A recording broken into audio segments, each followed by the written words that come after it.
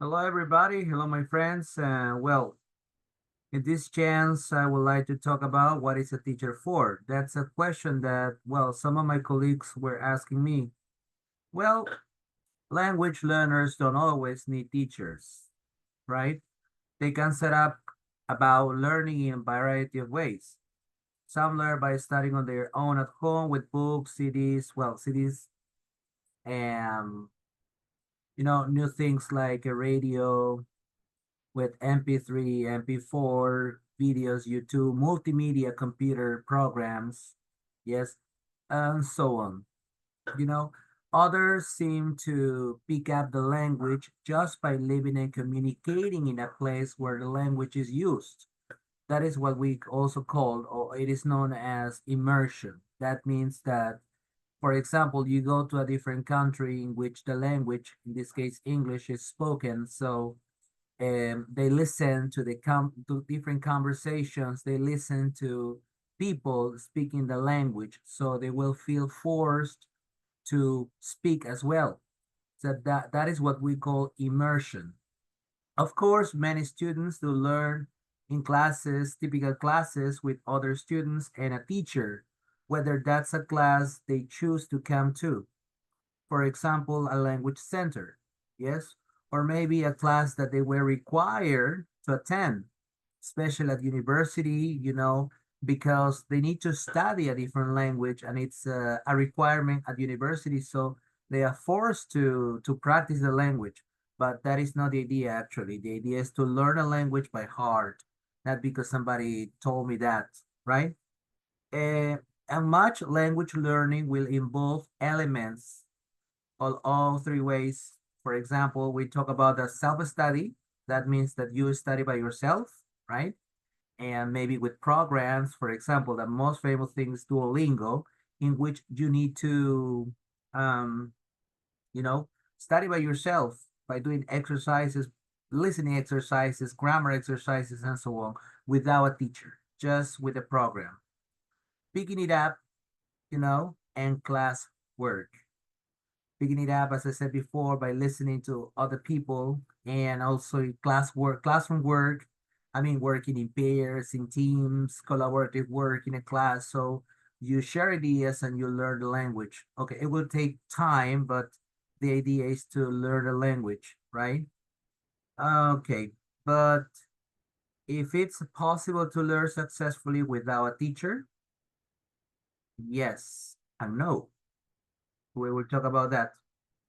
What difference does having a teacher make to the learning process?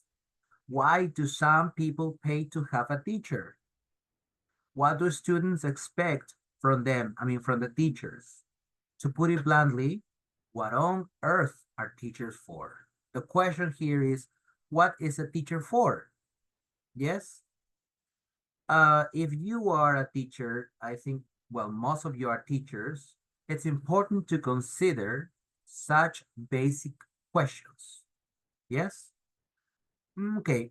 To start, let's look at some, popular images we have as teachers. For example, let's see. A favorite teacher you have at school. Well, you had at school, right? Or maybe a hated teacher. Yes? Maybe you didn't like the teacher. Yourself in class. Yes, you have to imagine yourself in class. You know, an entertaining, performing Hollywood teacher, the typical teachers that they do everything. Yes, I mean, they bring materials, they perform in class. I was called the Hollywood teacher. Yes, someone being very jolly and witty, talking a lot in his, in spellbinding ways, using their own voice and gestures, like me, I'm doing, to be entertaining.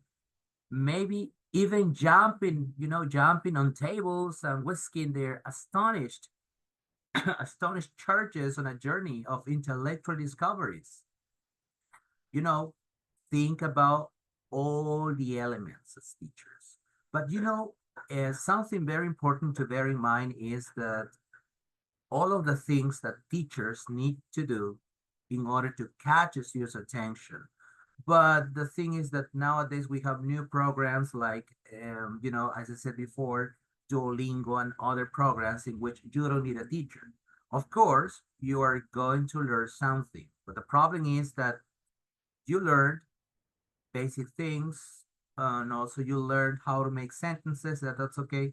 But the thing is that in order to learn a new language, you need to socialize.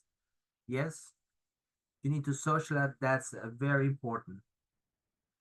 Teachers from your school days, well, I'm talking about the 90s and the 20s, that's a new one. Many teachers have been very influenced by the teaching that they were exposed to in their own school days, you know? If we, for example, remember in the 90s, in the 80s, well, not so much, um, the audiolingual, yes, that was repeat after me. That was good, especially for pronunciation, because many students, they listen to the pronunciation many times, like 7 times, and then they got the correct pronunciation. Yes, but nowadays, as teachers, we need to identify something very important, that is communication, the communicative approach. That means that the students, they need to speak. Teachers need to speak. Well, let's be honest. We speak the language. And the idea of being a teacher is to teach them how to speak the language using different tools. Technologies include here, but also we need to use our strategies. Yes, human resources, we are a resource, so we are important in class. Yes, and that's actually what's a teacher for. Just to finish, let me show you, no, not show you, let me tell you, for example, the kind of teaching we have, no? For example, we have the entertainer teaching, right? We have traditional teaching. As I said before, entertainer is, like learners come to class to learn a language rather than to be amused by a great show. Let's be honest again. If you are learning a new language, your students, obviously, they are learning a new language. They're they are there to learn, not to watch the teacher doing things, different things,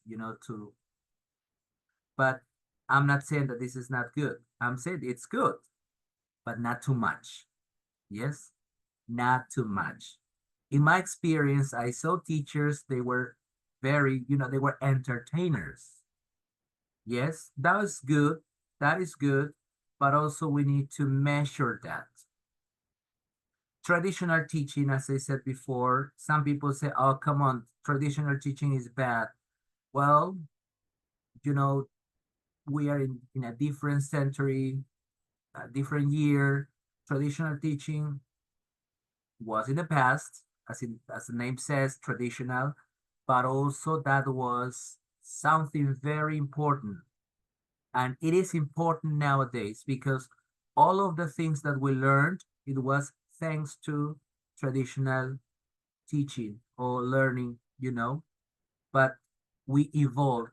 We are doing different things nowadays. We combine technology. So don't say that traditional teaching is bad. Well, that's the opposite. Traditional teaching is good. Yes, because that was the first thing, that we learned. Maybe the new teachers, they are learning how to teach using technology, but they are saying, okay, traditional teaching is not good. No, it is good. Consider that. Okay. Thank you very much for this, for listening. Thank you. I'll be back in another chance.